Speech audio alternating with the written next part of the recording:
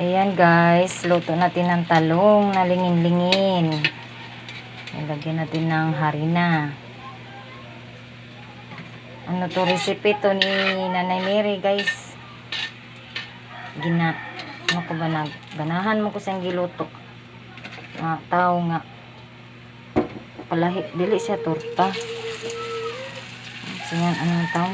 Gagmay lang jud kayo akong taong na eh. Super liit. Merong malaki. Merong maliit.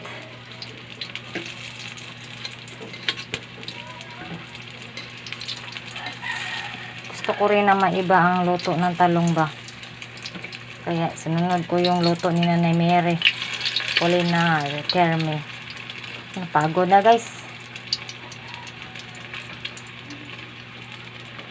Dali rin mo siya maluto di ayo eh. Lah, ginoo ko. Oh. Ilad-ilad siya ba? Mura siya kaning beef look nga gitlugan. Pero kani siya eggplant. Talong. Nilagyan ng harina. Cornstarch. Kanang magic sarap. Saka black pepper. Doon pa naire kung kayo kadiyot doon. So, ganyan mag-vlogger guys eh. Na. Vlogger pa more.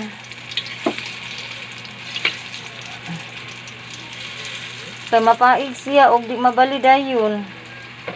Pilar pa kinabuhi sa talong. So, hauno lang to ni guys. Ito dugayan na ni. Dili ka ba. Sobrang banon. Uday ni siya. Nagmay juga yung uban ni. As in. Taong ni Kuya Dani eh. Katong sa una na kong palit niya kay dagko. Karong gagmay. Pero okay ra kay man ni daot. Kami ragya po niyang taong kay may daot. Guwapa. Ito na.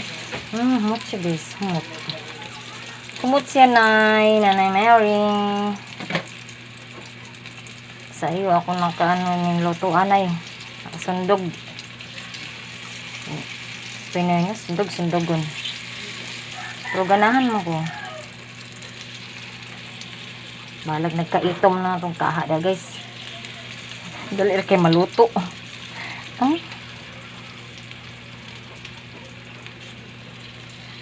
Unsay tawag ani nga recipe? Talong jam.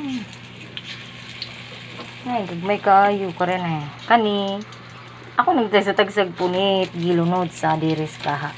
Kaya mao na ni ang luto niya guys. Oh, guwapa siya, guwapa.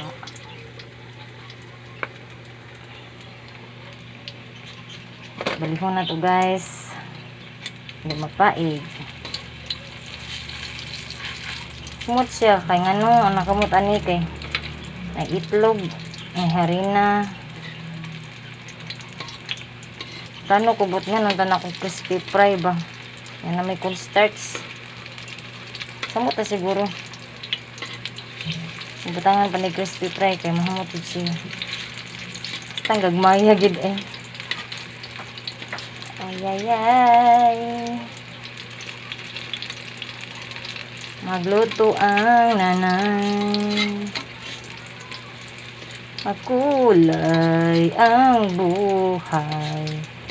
Makulay ang buhay sa ginisang gulay. Bye bye guys. Thank you for watching.